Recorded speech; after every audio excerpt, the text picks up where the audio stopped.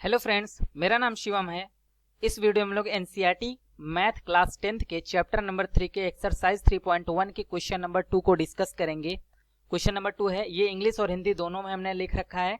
हिंदी को हम पढ़ देते हैं, इंग्लिश बाकी यहाँ पे आप देख सकते हैं। क्रिकेट टीम के एक कोच ने 3900 रुपए में 3 बल्ले और 6 गेंदें खरीदी है।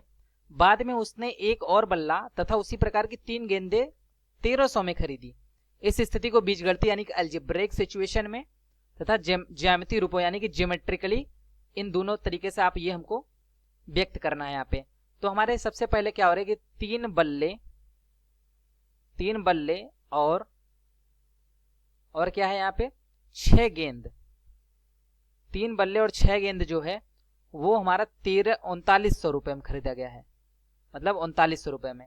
और फिर यहीं पे एक बल्ला और यहाँ पे 3 गेंदे, एक बल्ला और 3 गेंद हमारा 1300 रुपए में खरीदा गया है।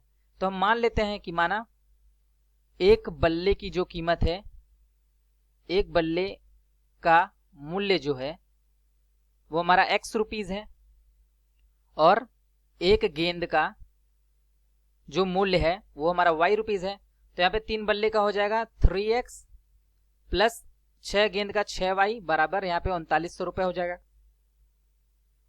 फिर यहाँ एक बल्ले का x प्लस 3 गेंद का 3y बराबर 1300 रुपए हो जाएगा। तो हमारे ये दोनों इक्वेशन बन गया। अब सिंपली इन दोनों इक्वेशंस को हम आराम से, सबसे पहले हम इसको अलजेब्रिक, ये अलजेब्रिक रूप होता है इसका। दिस इज अलजेब्रिक यानी कि बीजगणितीय रूप।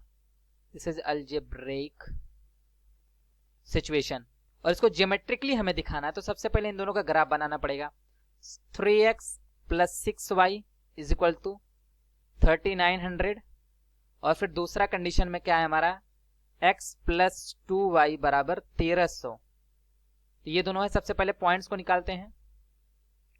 पॉइंट्स हमारे क्या क्या हो सकते हैं, x और y लेते हैं।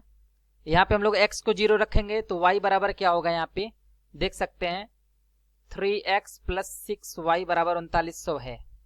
इसमें x को 0 रखना है तो ये पूरा टर्म खत्म हो जाएगा, तो बचेगा 6y बराबर 3900। फिर यहाँ से y बराबर यहाँ पे 3900 बटे 6 बचेगा। तो यहाँ से इसको जब हम कट करेंगे तो यहाँ से हम लोग निकाल सकते हैं 3900, ये हमारा 3900 बटे 6, इसकी जो वैल्यू होती है हमारी 650 होती है। यानी कि हमने x का मान 0 रखा तो y का मान हमारा 650 निकला। और जब y का मान 0 रखेंगे तो x का मान देखते हैं कितना निकलता है। सेम कंडीशन में यहाँ पे जब हम 0 रखेंगे तो यहाँ पे 3x बराबर 3900 आएगा। तो ये हमें x बराबर 3900 बटा 3 हो जाएगा। तो यानी कि x का मान हमारा 1300 आ जाएगा। तो यहाँ पे x का मान हमारा 1300 हो गया। तो यहाँ पे 2 पॉइंट हमारे बन गए, 0, 650 और 1300, 0। अब सेम कंडीशन में यहाँ पे भी हम बनाते हैं। यहाँ पे x और y है। फिर यहाँ पे हमारा एक बार x को 0 रखेंगे, जब x को 0 रखेंगे y का मान हो जाएगा 1300 बटा 2। 1300 बटे 2 का मतलब है 1300 बटे 2 का मतलब है 650, यानी कि y का मान यहाँ पे 650 आएगा। लेकिन जब y का मान 0 रखेंगे तो x का मान हमारा 1300 आएगा। तो यहाँ पे अब हम लोग पॉइंट्स हमारे क्या क्या मिल गए हैं, लिख लेते हैं। पहले ग्राफ के लिए हमारा पॉइंट 0, 650 एंड 1300, 0 मिल गया है। दूसरे ग्राफ को खींचने के लिए हमारा पॉइंट है 0, 650 एंड यहाँ पे हमारे 1300, 0, यानी कि दोनों पॉइंट जो हमें सेम मिले हैं। यानी कि दोनों जो लाइंस होंगी वो एक दूसरे के ऊपर अलाइंड होंगी, यानी कि संपाती होंगी, कहने का मतलब है। अब यहाँ पे हम लोग इसको ड्रॉ करते हैं। तो यहाँ पे y एक्सिस पे ऊपर हमें यहाँ पे 100, 200, 300, 400, फिर ऐसे यहाँ पे 500, 600, फिर यहाँ पे 650 पहुंच जाएंगे।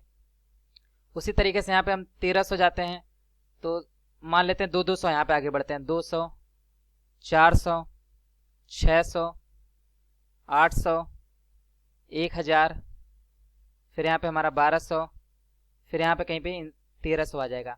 जब इन पॉइंट्स को मिलाएंगे तो हमारा कुछ इस तरीके से पॉइंट मिलेगा। 650 को हमारा 1300 से मिलेगा तो दोनों पॉइंट सेम रहेगा, मतलब यही लाइन हम 2 बार मिलाएंगे, यानी कि इस तरीके से हमारी लाइन बनेगी। दोनों लाइन एक ही सिचुएशन में है।